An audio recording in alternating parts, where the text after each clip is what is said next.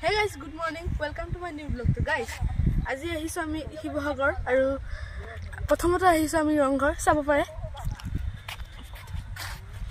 এয়া ৰংঘৰ শিৱসাগৰৰ আমাৰ আজি শিৱসাগৰ কাৰ্যসূচীৰ প্ৰথমটো ভ্ৰমণ। এয়া ৰাইজক দেখুৱাইছো শিৱসাগৰ ৰংঘৰ বাকৰিৰ চৌহদ। ইয়াতে আমাৰ আহোম ৰজাসকলে বিহু বহাগ বিহুৰ সময়ত ইয়াত বিভিন্ন ধৰণৰ খেল ধেমালি যেনে কুস্তি, কাবাডী, ম'হ যুঁজ, কুকুৰা যুঁজ,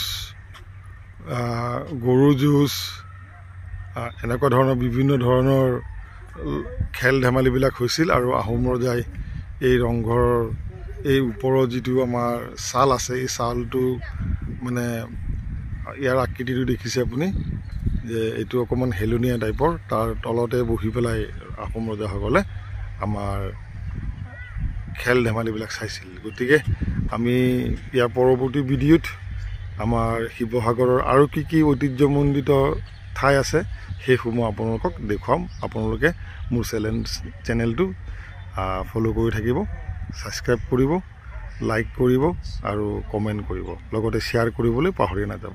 ধন্যবাদ। হেল্ল' গাইজ, আমি এতিয়া আছোঁ তলাতল ঘৰৰ ভিতৰত। আহোম ৰজাসকলৰ নিৰ্মিত এয়া তলাতল ঘৰ।